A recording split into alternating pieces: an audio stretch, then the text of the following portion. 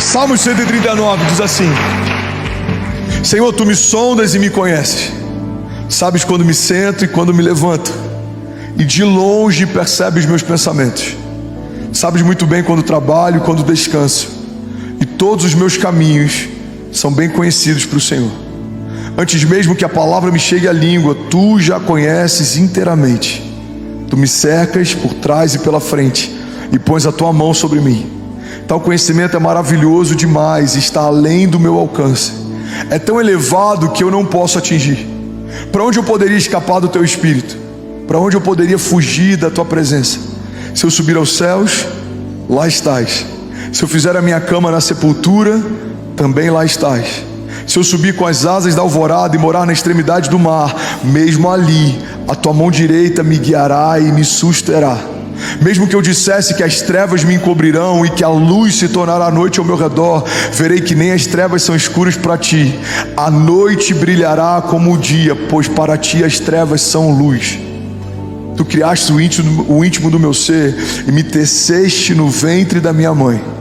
Eu te louvo porque me fizeste de modo especial e admirável. As tuas obras são maravilhosas, disso eu tenho plena certeza. Os meus ossos não estavam escondidos de ti, quando em secreto fui formado e entretecido como nas profundezas da terra. Os teus olhos viram o meu embrião. Todos os dias determinados para mim foram escritos no teu livro, antes de qualquer um deles existir. Alguém pode dizer glória a Deus por isso? Esse último versículo, pode até deixar aqui na tela, por favor. Ele gera paz para muita gente, mas ele deixa muita gente em crise também. Quantas vezes eu já fui questionado sobre o livre-arbítrio, sobre essa relação entre o livre-arbítrio e a soberania de Deus. Como que Deus estabeleceu todas as coisas para mim e ainda assim eu tenho liberdade? Se tudo já está definido, tem pessoas que caem na graça justamente por ter um entendimento equivocado a respeito dela. Se tudo já está definido, eu posso ter a conduta que for, eu posso caminhar do jeito que for, e vai acontecer o que Deus já desenhou para que acontecesse.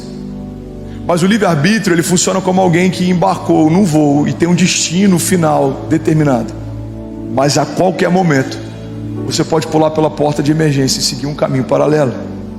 Se você estiver onde Deus te estabeleceu, se você fizer o que Deus te pediu para fazer, vai se cumprir o que Deus já desenhou a teu respeito. Mas temos liberdade de abortar os sonhos de Deus. Temos liberdade de não permanecer no lugar que o Senhor nos plantou. Temos liberdade de abrir mão das promessas de Deus. Se nós permanecermos no lugar que o Senhor nos plantou, vai acontecer aquilo que o Senhor já preparou para nós. Olha o que a palavra de Deus diz, Salmo 139:16: os teus olhos viram o meu embrião. Todos os dias determinados para mim foram escritos no teu livro, antes de qualquer um deles existir. É por isso que a igreja de Jesus não tem sentido caminhar de forma ansiosa. A ansiedade nada mais é do que uma preocupação em relação ao futuro. Estamos tão preocupados em relação ao futuro que a gente começa a ficar ansioso no tempo presente. A ansiedade é uma expressão de dúvida, de inquietação, de insegurança. Mas se entendemos que Deus já está no nosso futuro, esperando a gente chegar, não há espaço para imaginarmos um futuro com Deus que seja pior do que a minha estação anterior. Irmão, toda nova estação que o Senhor te chama para viver, é o próprio Deus que vai te receber quando você chegar. E essa é a garantia de que o nosso amanhã vai ser melhor do que hoje. Eu não estou dizendo que vai ser mais fácil, eu não estou dizendo que todas as coisas vão acontecer no nosso tempo, mas eu preciso ter a firme convicção de que se o Senhor está na próxima estação que eu vou entrar, essa próxima estação vai ser marcada por sinais e maravilhas. Essa estação vai ser marcada por provisão sobrenatural. Por quê? Porque é isso que eu posso esperar de Deus, é isso que Ele carrega. Ele é o Deus da provisão, Ele é o Jeová Jireh, Ele é o Jeová Rafa, Ele é o Deus que cura, Ele é minha justiça, Ele é minha bandeira, Ele é minha confiança, segurança, Ele é meu torre forte, Ele é meu refúgio, Ele é minha fortaleza, Ele é minha garantia. É Ele quem fala a coisa a meu respeito quando ninguém ainda falava. É Ele quem tem pensamentos de paz mesmo que inimigos possam me cercar. É Ele quem me guarda, é Ele quem me protege. Eu estou escondido debaixo das suas asas. Então, se eu creio que Deus me chamou para uma nova estação, eu sei que o meu amanhã vai ser melhor que hoje. Por que, André? Porque o ano que vem vai ser melhor do que esse ano? Não, o ano que vem pode ser 10 vezes pior do que esse ano, mas o Deus que está me esperando na próxima estação não mudou, o seu caráter não mudou. Ele continua sendo bom, Ele continua sendo Pai, Ele continua sendo Deus, Ele continua tendo provisão, Ele continua tendo graça, Ele continua tendo milagres. Alguém comigo aqui, pelo amor de Deus? Improváveis aos olhos dos homens não são improváveis aos olhos de Deus. Deus já desenhou coisas a seu respeito. Não estava nos meus planos Alphaville até 2022, mas já fazia parte dos planos de Deus. Não estão nos meus planos os próximos 10 anos, mas já fazem parte dos planos de Deus. O Deus que já via a Cécia antes da Cécia nascer, o Deus que já conhecia o bem antes do bem nascer, o Deus que já se relacionava com a Chloe antes da Chloe nascer. É o Deus que fez o André antes do André nascer, é o Deus que gerou a Kézia antes da Kézia nascer. Quando uma família se estabelece, é uma expressão de um projeto de Deus que já existia. Deus viu você, Deus vê você. Pega isso aqui, irmão, em nome de Jesus. Deus viu você, Deus vê você. Agora, improváveis precisam aprender a lidar com dores de crescimento. Improváveis precisam lidar com indiferença. Todo improvável ele é subjugado.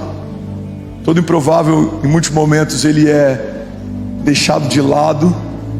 Ele enfrenta momentos de invisibilidade. Ele enfrenta momentos de indiferença. Ele enfrenta momentos de comparação. Só que se você pegar uma semente, você vai perceber que a estação mais poderosa que uma semente vive é uma estação de invisibilidade. Quando a gente planta uma semente na terra e a gente não consegue mais enxergá-la, é nesse lugar que uma explosão vai acontecer. Tudo que acontece com uma floresta, um dia passou por uma estação de invisibilidade, quando aquilo tudo era apenas uma semente. Tudo que está sendo gerado em secreto, em algum momento se torna público. Tudo que Deus está falando com você quando ninguém ouve, em algum momento Ele vai falar a teu respeito para que todos possam ouvir. Jesus, quando é batizado, uma voz do alto diz: esse é o meu filho, em quem eu tenho o meu prazer. Aquilo que ele ouviu no seu íntimo, agora toda a criação ouve. Você está comigo? Diga amém. Então entenda isso, ser o improvável de Deus significa enfrentar estações de indiferença na terra. Os irmãos de José não achavam o máximo os sonhos de José. Os irmãos de Davi não acharam o máximo a unção de Davi. A família de Abraão não achou o máximo o chamado de Abraão. Se você é improvável, entenda, não são só flores. Existe uma graça sobrenatural sobre aqueles que decidem viver a vontade de Deus. Mas tudo se levanta para fazer você desistir daquilo que Deus chamou para viver. Enfrentaremos indiferença como Noé enfrentou. Uma das frases que eu mais amo: todos achavam Noé estúpido até as primeiras gotas de chuva caírem. Um homem louco construindo algo sem sentido, até que um dia aconteceu o que Deus disse que aconteceria. A gente vai ter que enfrentar indiferença como Noé, a gente vai ter que enfrentar injustiça como José, a gente vai ter que enfrentar levante como Davi. Em um momento Davi está tocando a harpa para que o rei durma, em outro momento ele está sendo perseguido pelo rei em meio a desertos. Improváveis não são livrados por Deus dos processos, mas são guardados por Deus no meio das batalhas. Deus não vai necessariamente te livrar de um deserto, mas Ele vai te livrar no deserto. Deus não vai necessariamente te livrar de uma tempestade, mas Ele vai te livrar na tempestade. Deus não vai necessariamente te livrar de um gigante, mas Ele vai te livrar na presença do gigante. Prováveis de Deus não são homens que são isentos das crises, dos processos. Não, pelo contrário. Deus sempre usa homens marcados para marcar. Deus sempre usa homens que foram feridos e sarados para sarar. Deus sempre usa homens que foram quebrados e restaurados para restaurar, porque as suas cicatrizes te dão a autoridade para ministrar sobre o outro. Quando alguém estiver passando uma crise de qualquer tipo, você vai falar: olha para qualquer uma das minhas cicatrizes, elas expressam o que Deus fez na minha história, e elas são uma garantia de que Deus pode fazer na sua também.